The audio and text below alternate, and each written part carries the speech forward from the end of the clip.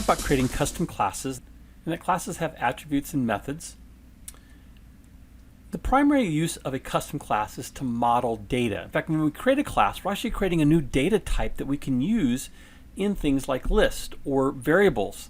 So we can create a custom class, say, of a horse, and the attributes of that horse might be that it has a name, it has a color, it has a height in terms of how many hands tall is it at the withers, it has a weight, it has an age or a birth date. Those would all be attributes of that horse. And we can actually create a variable now of type horse once we've created that class and manipulate that variable and get the particular information that I just mentioned as attributes of that data type. So that's how we're going to model data. A data model is created with attributes that define the differences in the objects or instances of that data class. Not every horse is going to look the same. Not every car is going to look the same. Not every employee will have the same name or have the same job or the same salary. So those are all types of model datas: cars, dogs, animals, people, class schedules. Anything that we might want to use as data can be modeled in one way or another. A data object, we've also mentioned, has methods or procedures that allow it to access the attributes of that data instance and read or write those attributes or manipulate them in some way. Maybe it combines different attributes into a string that we want to print. We can also have a method that will help us sort the model data based on its attributes. And we'll look at that using a dunder method.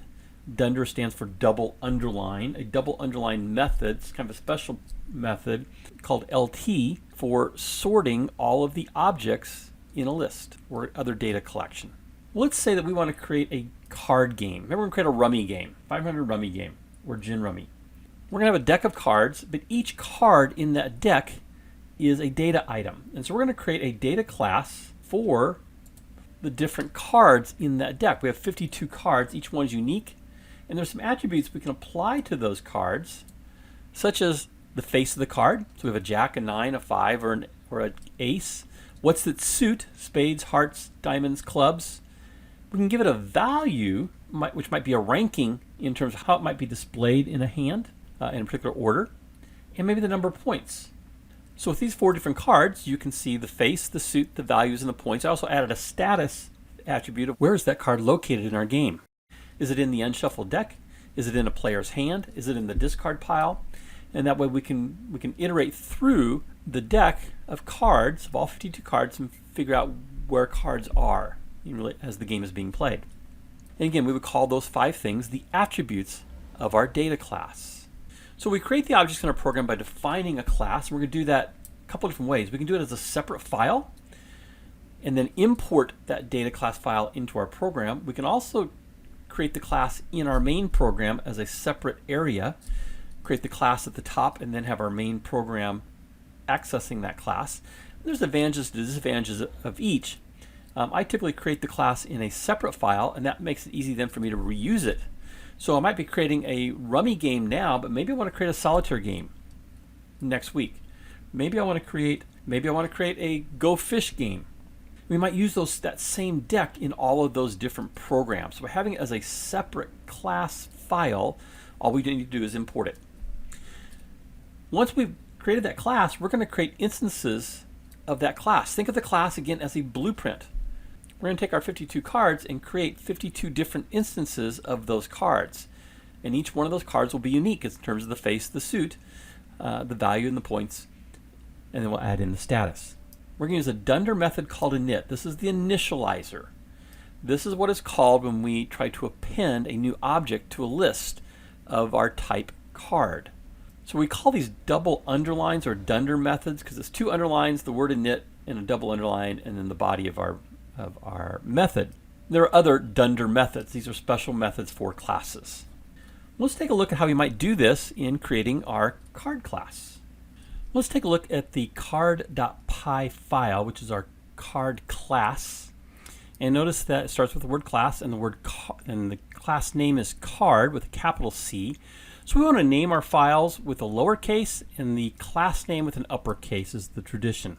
that class definition is going to include a init constructor, a double underline init. So it's underline, underline, init, underline, underline. We call that a dunder method. And I'm going to pass it some values as parameters. And I just took the names that we saw earlier in this video of face, suit, value, and points. We're always going to include self because that refers to the object itself in Python. So we're going to take these values, face, suit, value, and points, and we're going to assign them to our attributes of the class. Now I happen to name them the same, face, suit, value, points, and status. So self.face refers to the attribute. It's going to equal the value of the face argument that is passed to my init. And same with the suit, value, and points.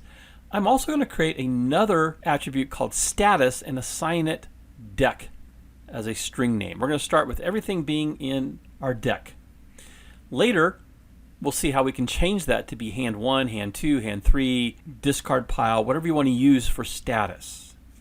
An advantage of this is we can cycle through our list of cards and figure out where every card is. I'm going to have some methods. One of those methods is I want to be able to get the name of the card.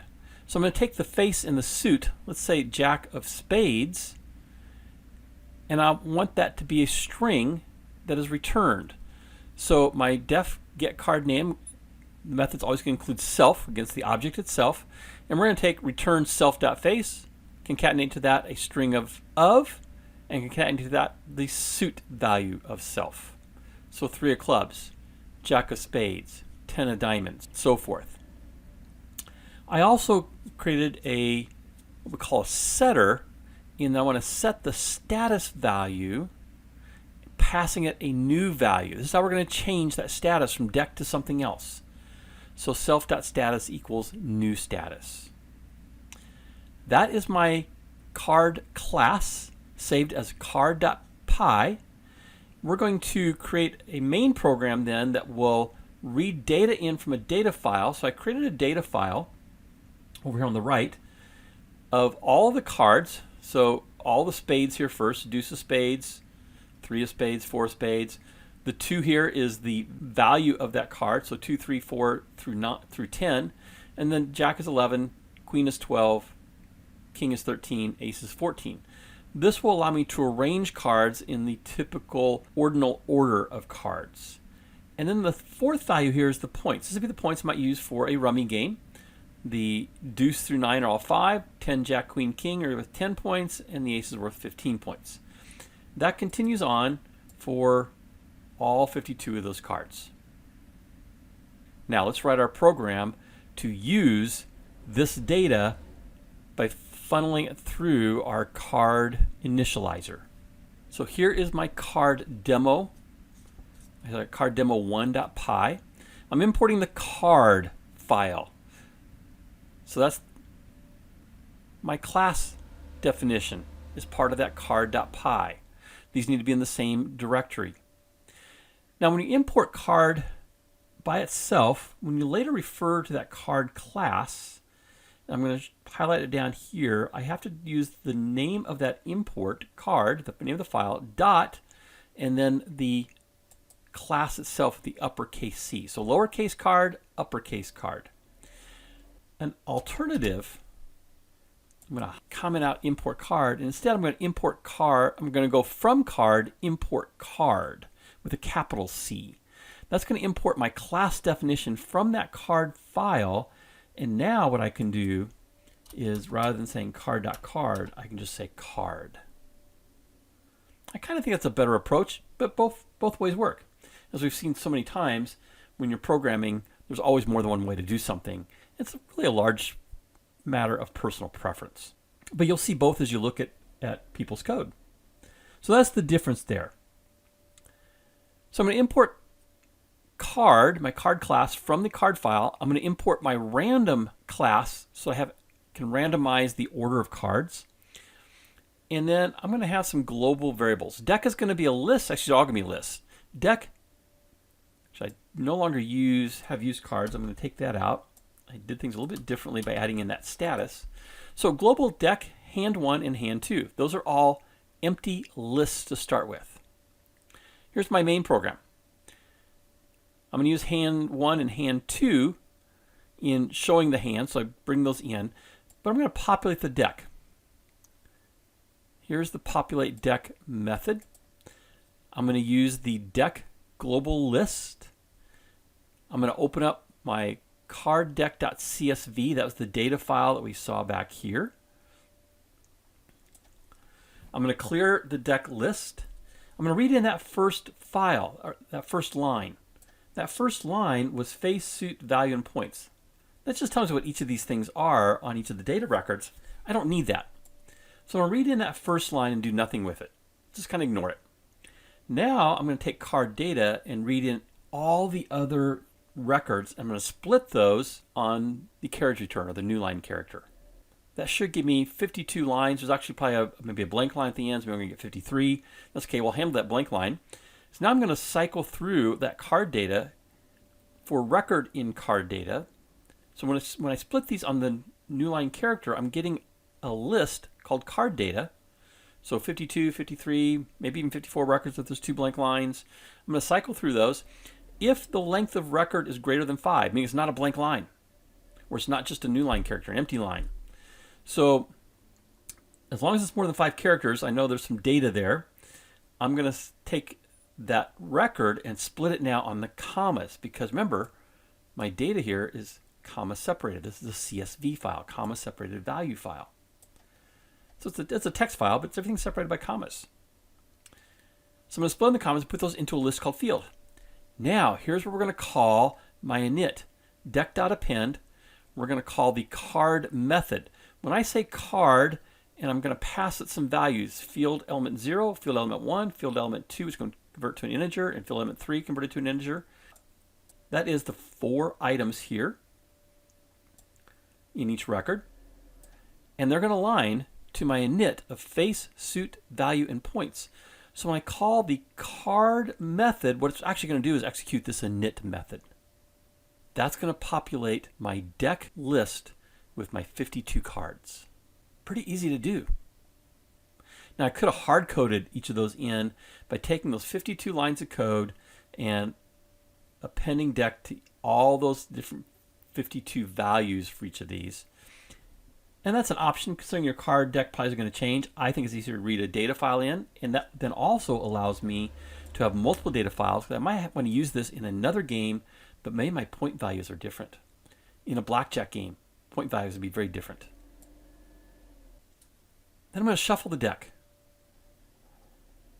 All I'm doing in shuffling the deck is I'm going to set the set status to deck. This allows me to play a game and then set everything back to being in the deck. I'm not shuffling the order of the cards here. I could do that if I wanted, but I'm going to randomly pull a card from those 52 cards in the same manner that the user is going to see that this deck has been shuffled through that random process of just pulling a card out. Then I'm going to deal the hands. Here's my method to deal the hands. Again, I don't need the used cards. I'm going to get rid of that. I have hand 1 and hand 2. We're going to clear those 2 lists. And then for I in range 0 to 7, we're going to deal 7 cards to each hand. Another game, let's say we're creating a draw poker game. I want to set that to be 5. We're going to deal a card to hand 1. I'm going to set a random value between 0 and 51. So my 52 cards in that deck list are going to be indexes 0 through 51. Remember, we start counting with 0 in a list. While deck element IDX, whatever this random number is, this is a generator of 25. So while deck element 25.status equals deck, or does not equal deck, that means that card has been placed somewhere else, I need to generate another value for IDX. And I would keep doing that until whatever value I generate, that card is in the deck, unused. I'm going to append it to my list of hand 1. Notice again, I'm appending the deck IDX. That's going to be a card value because that's what deck IDX is. So both deck hand 1 and hand 2 are all of data type card. I want to set the status of that deck element IDX to hand 1. So I'm going to call that set status method of the instance for deck element IDX. So I deal a card to hand 1. Now I need to deal a card to hand 2. Exact same process. The only difference is I'm setting the status to hand 2 and appending to hand 2. If we had 4 people playing, I could add 2 more and do a hand 3 and a hand 4. Then in this demonstration, I simply want to show the hands. So I'm going to call a show hand method. Here I'm going to print a title. So I'm going to pass it the title of hand player 1 or hand player 2. And then the list that I want to display is hand 1 or hand 2. So that's going into title in my hand. I'm going to print the title as an F-string interpolation. And then for my card in my hand, which is going to be either hand 1 or hand 2, I'm going to print myCard.getCardName. That's going to be this method here in my card class, showing me the face, of, and the suit. Well, let's run this. Oh, of course, one last thing. I need to call my main method to make sure everything runs. So I'm going to run the module. I made a couple changes here, so I'm going to say OK. And there is what is generated. Hand player 1, got 7 cards there that are each different. And hand player 2, 7 more different cards. There are no duplicates in this list. So that's how we create a data model for our cards for a card game, and then use it in a program to draw in the data from a data file, shuffle the cards, and deal them out to 2 hands. If you just jumped into this video and haven't seen the prior videos to this, I invite you to check out my Python playlist of videos. And if you'd like to be alerted to future videos that I create, you can click my picture up in the top right and subscribe to the channel.